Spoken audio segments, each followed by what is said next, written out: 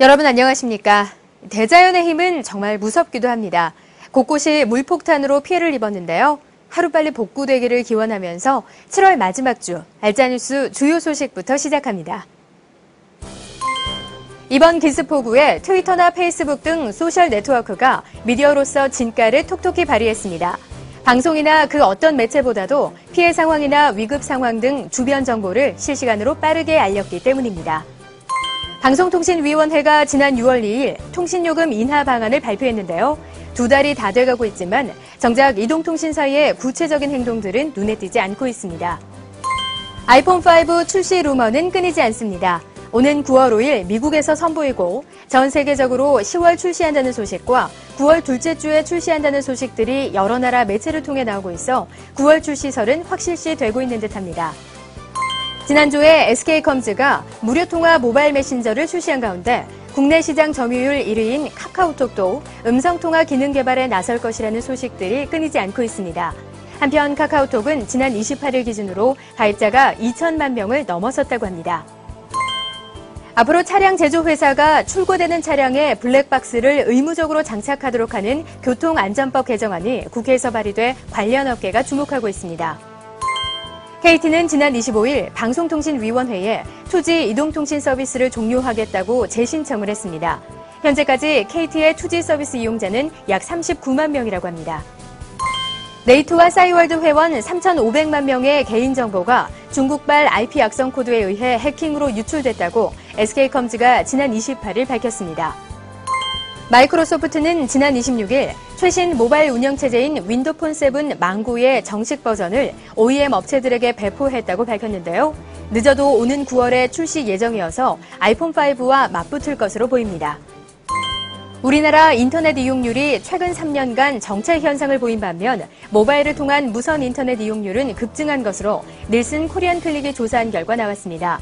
이 중에서 남성이 여성보다 3배 이상 높게 무선 인터넷을 이용한 것으로 나타났습니다. 여름방학을 맞아 포털들이 초등학생을 겨냥해 방학 숙제를 돕기 위한 콘텐츠를 보강하는 등 초등학생을 잡기 위한 새로운 서비스를 선보이고 있다고 합니다. 최근 스마트폰이 확산되면서 신규 가입자 4명 중 1명이 40대 중년층으로 20, 30대 이용자의 비중을 넘어선 것으로 나타났습니다. 갤럭시 S2가 출시 3개월도 되지 않아 공급 기준으로 글로벌 누적 500만 대를 돌파했다고 합니다.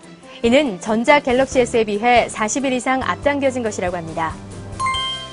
한편 외국 제품들의 무덤이라고까지 불린 일본 시장에서 갤럭시 S2가 한국 휴대전화로는 처음으로 아이폰을 제치고 월간 판매량 1위를 차지했다고 합니다. 메모리 반도체인 D램의 가격이 급락해 0.8달러 선이 무너져 0.75달러로 책정되면서 사상 최저치를 갈아치웠습니다.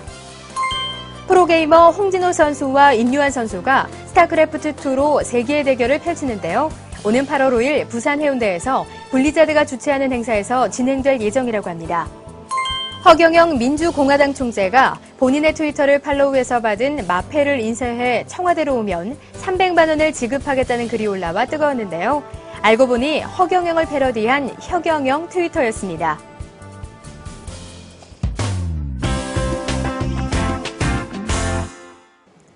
네, 지난 시간엔 올 상반기 CPU 시장을 알아봤는데요. 이번 시간에는 그래픽카드 시장에는 어떤 일들이 있었는지 홍진욱 기자가 정리했습니다. 올해 상반기 그래픽카드 시장은 한마디로 통큰 5850과 가격 경쟁 심화, 그리고 다양한 신기술의 등장으로 요약할 수 있습니다. 먼저 가장 큰 이슈로 사파이어에서 출시한 라데온 HD 5850을 꼽을 수 있습니다. 지난 4월경 선보인 이 제품은 10만원 후반대의 가격으로 출시됐습니다.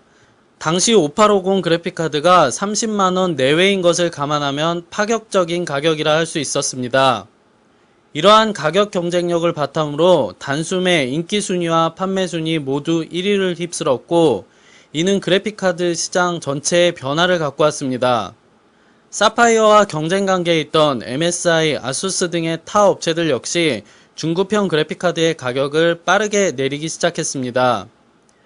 이 일로 인해 그래픽카드의 가격이 연초와 비교해 평균 10% 가까이 내려갔을 정도로 통큰 5850의 출현은 PC 시장에 큰 영향을 미쳤습니다. 다음으로 여러 가지 기술이 등장해 시장에 새로운 변화를 가져온 것을 꼽을 수 있습니다. 먼저 팩토리 오버클럭 제품이 많이 등장해 눈길을 끌었는데요. 팩토리 오버클럭 제품은 그래픽카드 제조사에서 애초에 클럭을 레퍼런스 제품보다 높게 설정해 내놓는 것을 말합니다. 일반 변종 제품과 비교해 안정적으로 사용할 수 있다는 것이 장점입니다. 듀얼 쿨링을 탑재한 제품도 많은 인기를 끌었습니다. 그래픽카드의 성능이 높아지면서 GPU나 전원부의 발열도 덩달아 높아지고 있는데요. 쿨러를 2개 혹은 3개를 탑재해 높은 발열을 잡고자 했습니다. 이렇게 쿨링의 성능을 높임으로써 클럭을 올려 더 높은 성능을 가진 제품을 내놓을 수 있기 때문에 MSI와 기가바이트, 아수스 등의 업체에서 앞다투어 듀얼 쿨러를 탑재한 제품을 출시해 화제가 되기도 했습니다. 미디어잇 홍진욱입니다. 이번 주부터 많은 분들이 휴가 떠나실 텐데요. 어디에 가서 무얼 할지, 또 교통 상황은 어떤지, 숙박 장소는 어떻게 결정해야 할지 계획 세우기가 만만치 않을 겁니다. 자주 이용하는 스마트폰 활용해 보시는 건 어떨까요? 이진 기자입니다. 요즘 스마트폰 이용하는 분들이 많은데요. 애플리케이션을 제대로 활용만 한다면 이번 휴가를 좀 더 알차게 보낼 수 있습니다. 어디가 이번 휴가지로 적당한지 골머리를 앓는 분들이 많은데요.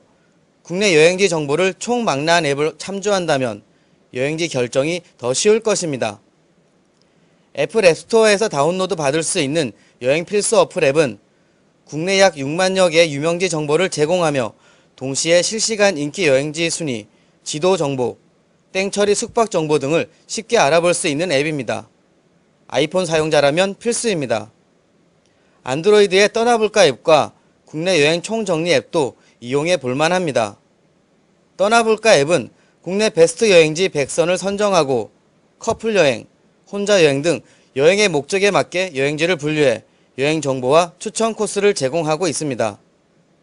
사진과 에세이도 포함되어 있기 때문에 다른 사람들이 남겨놓은 정보도 바로 확인할 수 있습니다.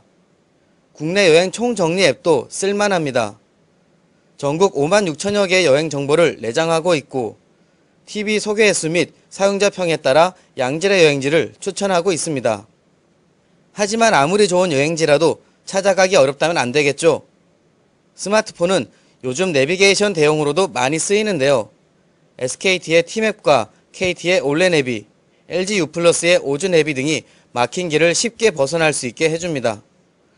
교통앱은 현재 내가 위치한 지역 인근 맛집 등의 정보도 제공하고 있어 활용도가 높습니다. 피서지는 모기떼의 습격으로 불편했다는 의견들도 많았는데요. 아이폰의 모기 퇴치 앱과 안드로이드의 무료 안티 모기 앱 등을 활용한다면 불편함이 줄어듭니다. 물론 저주파에 민감한 분들은 모기향 등 다른 도구를 이용하는 것이 좋습니다. 이번 여름 스마트폰을 활용해 스마트한 휴가를 즐겨보는 것은 어떨까요? 미디어잇 이진입니다.